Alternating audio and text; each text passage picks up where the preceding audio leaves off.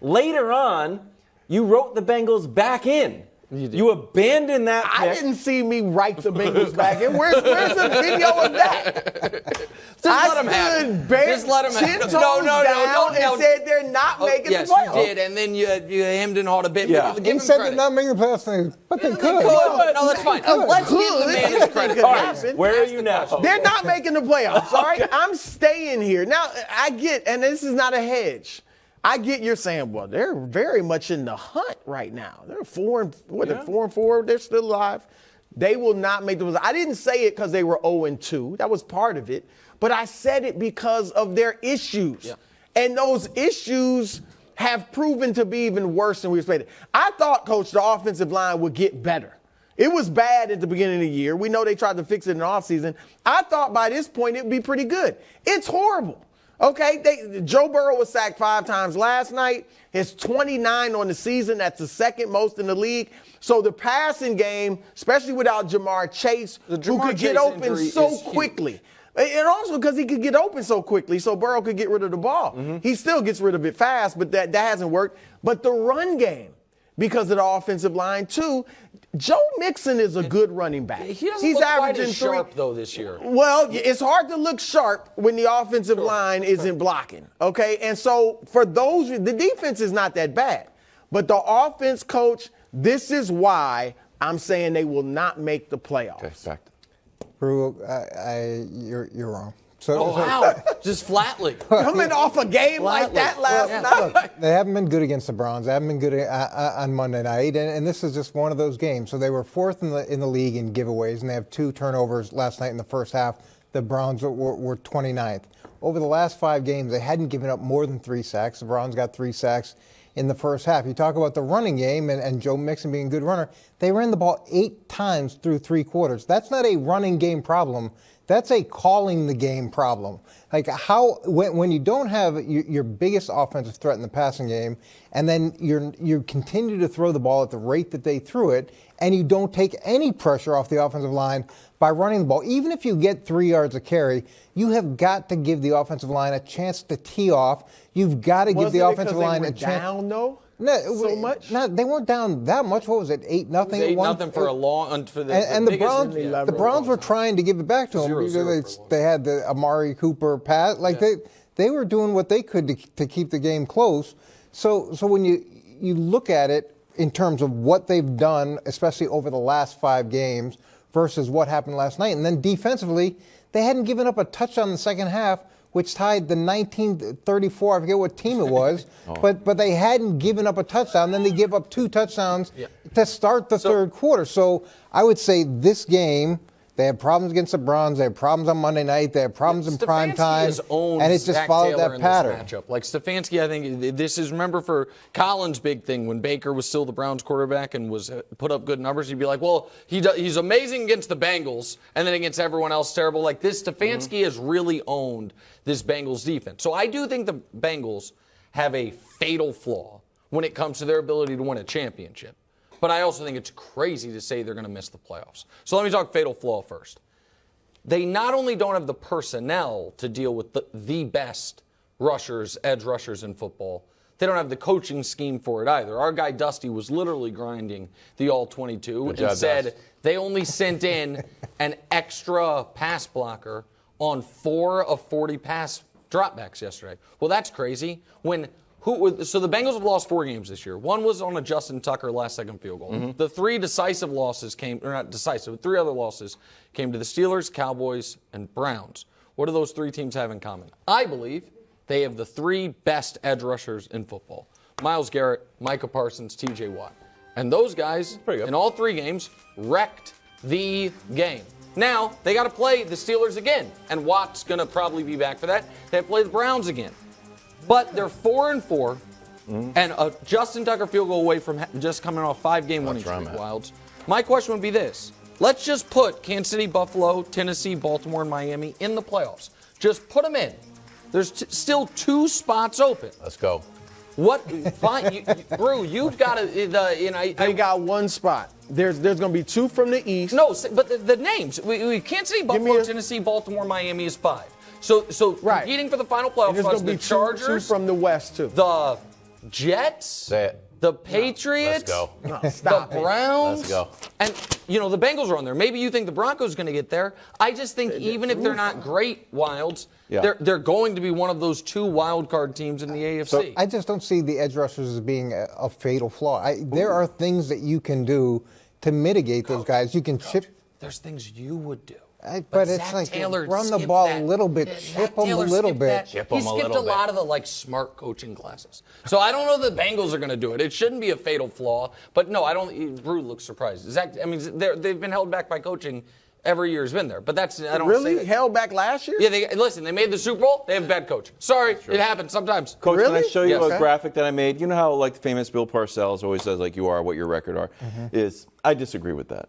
I took all the 4-4 teams and I put them on my meter o mediocrity and to see how they measured out. So they ranges from fine to good. All 4-4 teams coming in at the Commanders 4-4, not great. Yeah. Also the Falcons, number 5 rushing so far. offense, but Right. Should have lost this week. don't feel like they're So 4-4. far, this is a great graphic. Wild. Okay. I support it.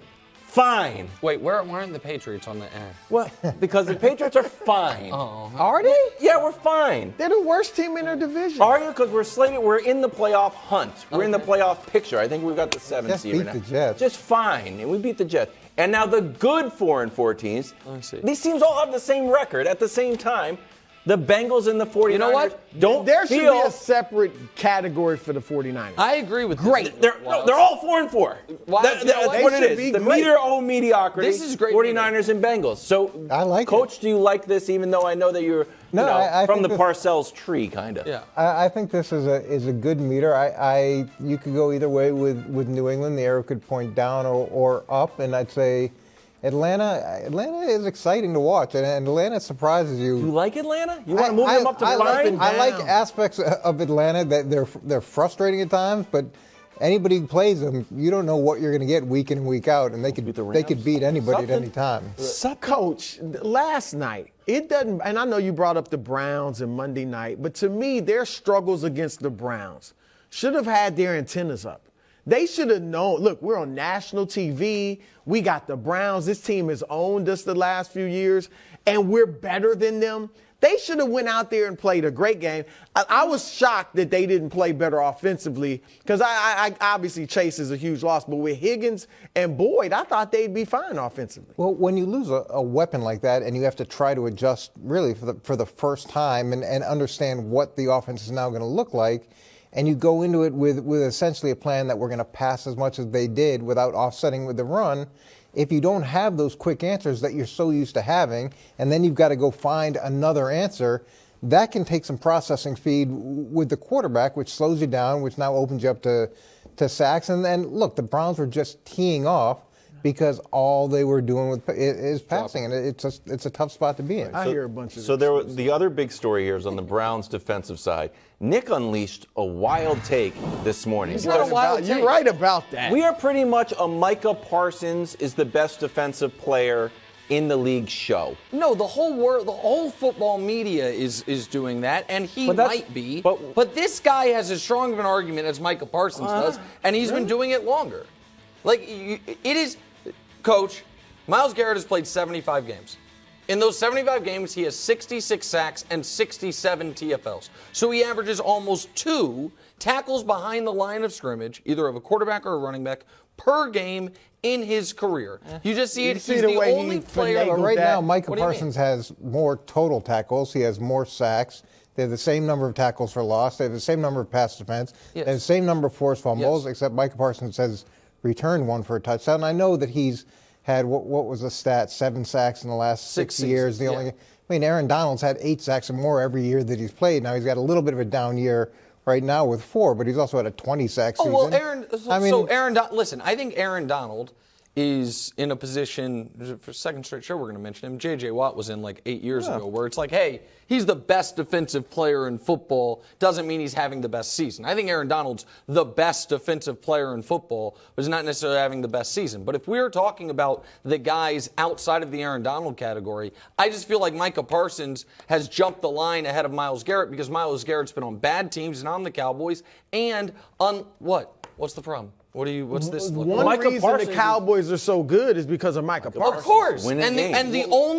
And you mentioned it yesterday, Nick. You said Micah Parsons could play every position on the field. Well, that makes him the most except versatile for quarterback. defender. Yeah. Well, I think that's what. And look, nothing against Myles Garrett. He's awesome, but that's what gives Parsons the edge. Is his versatility. The fact that I Here think he too, could do play we tight have end. these, Dusty? I wanted to get some highlights, but 2 plays that Parsons made recently. Here's got one.